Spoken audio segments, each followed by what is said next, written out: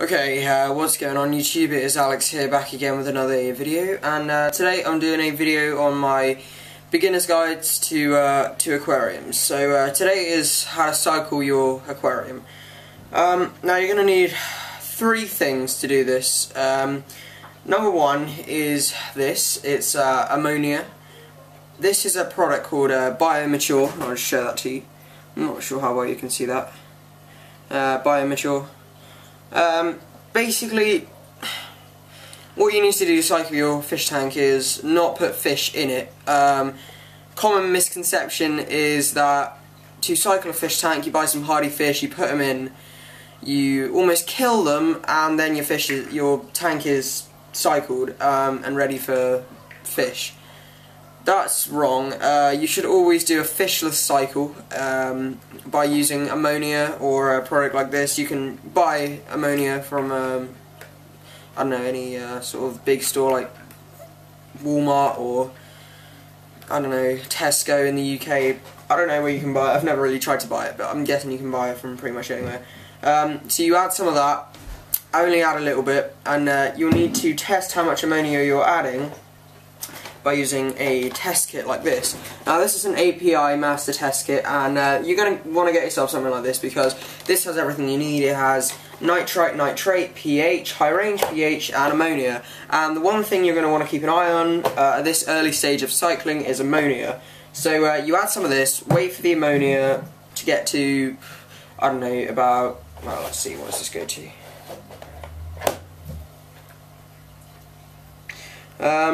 Probably want the ammonia to go to, I don't know, about 5 ppm, which is really high. That would just kill fish instantly, pretty much. I think 5 ppm is about right. I'm not exactly sure what I put in. I didn't really check. So what you want to do is add your ammonia, and then you want to add this product, which is Stresszyme by API. And this doesn't instantly cycle your aquarium because many people think it just adds the bacteria to your filter. It says it contains live bacteria. That's true, I'm guessing. I don't know, I don't have a microscope. And it just adds it straight to your filter. It's there, the fish can go, it's fine. Actually, bacteria like that will die off after about a week, maybe two, and then you're left with no bacteria. But what that actually does is just gets it going for the actual long-term aerobic bacteria to settle in your filter and break down the ammonia long-term when you actually come to buy fish. So once you've added the ammonia product and you've checked that you've got about 5 ppm of ammonia there, correct me if I'm wrong please everybody, I'm not sure how much ammonia is good. I think 5 ppm is roughly about what you want. Then what you're going to do is you're going to add this, add what it says for new aquariums. It says on the back there. You can also get different versions of this. You can get Back to Life is a good one in the UK. All sorts really. Stresszyme's pretty good. So you add them and you continuously test your water on. I do it on a bi-daily basis. So every 2 days I'll test ammonia and nitrite. And as soon as you get the same nitrite reading as you are getting ammonia, so say you've got 2.5 nitrite, 2.5 ammonia, then that's time to start testing your nitrate. Once those two, ammonia and nitrite, are roughly the same, you know that bacteria is going and you're going to be getting some nitrates. So then you want to start testing your nitrates as well. And at this stage you can probably test the water once every 3 days. You don't have to do it every 2 days at that stage.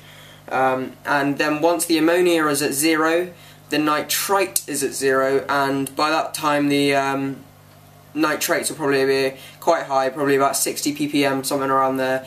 Then you want to do a 25% water change, maybe 50% if you've got quite a high nitrate level, but no more than 50% because that's just going to destroy most of your live bacteria. And then you can start adding fish. Now, it's best to add hardy fish anyway, even though you're not actually using the fish to cycle the tank.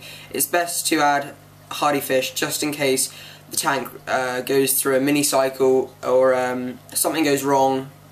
I don't know, your filter stops working or whatever, and you don't have a lot of bacteria in the substrate.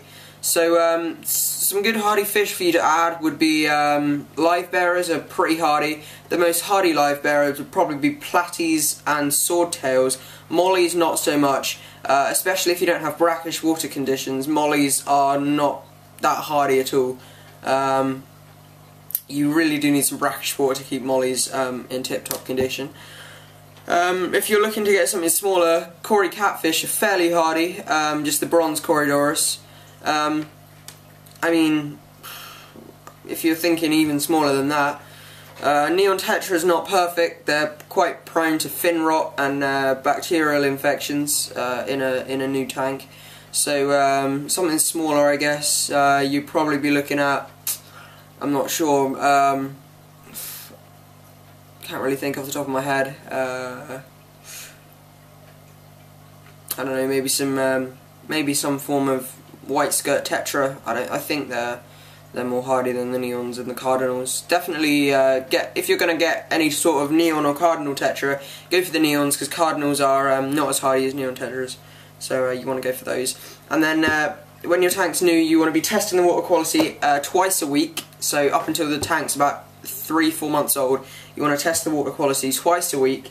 Make sure nitrates stay below 50 ppm. That should be no problem at all if you've got plants. If you haven't, then you'll be wanting to carry out a 25-30% water change every week, I'd say, at a minimum, just to keep that water perfect. And obviously add stress coat or prime or a water conditioner whenever you do water changes. That's very important. You want to be testing ammonia as well, and as soon as you get an ammonia reading, even if it's 0.1, then you want to start adding more of this. And sorry, I forgot to add, until the tank's about 3 months old, you want to keep adding this every week, because although it's not hugely helpful, it still is quite helpful, just to give the filtration a boost while that bacteria is still developing and colonising in your filter and in the gravel as well.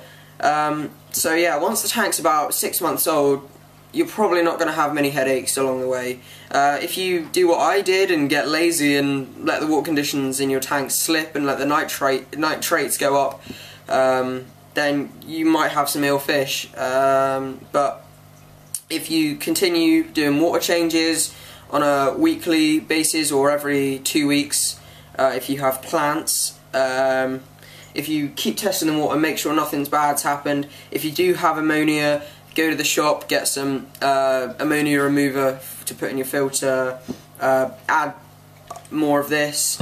But if you do have ammonia and you decide to put ammonia remover in your filter, make sure you take it out as soon as the ammonia level goes back down to 0. Because if you don't, then your aerobic bacteria, which breaks down the ammonia, is going to have no food, which is ammonia, because it's all going to be absorbed by the ammonia absorbing product. So you're going to want to make sure that you take that out as soon as the ammonia reaches 0 again. And as soon as your tank is like 2 years old, maybe a year even, you're going to have absolutely no problems as long as you keep up maintenance, don't overfeed and don't overstock. You're going to be absolutely fine. And in next video of this video series, I'm going to be talking about stocking as well, so stay tuned for that. It'd be really great if you could like this video, comment with any questions, or if you think I've said anything wrong, then you can correct me, that's fine. I'd rather you said any concerns you have before giving this video a bad rating. If you could subscribe, that would be great as well. Really want to get this channel noticed. I really want to get this channel out there, so spread the word about this channel. Thank you very much for watching.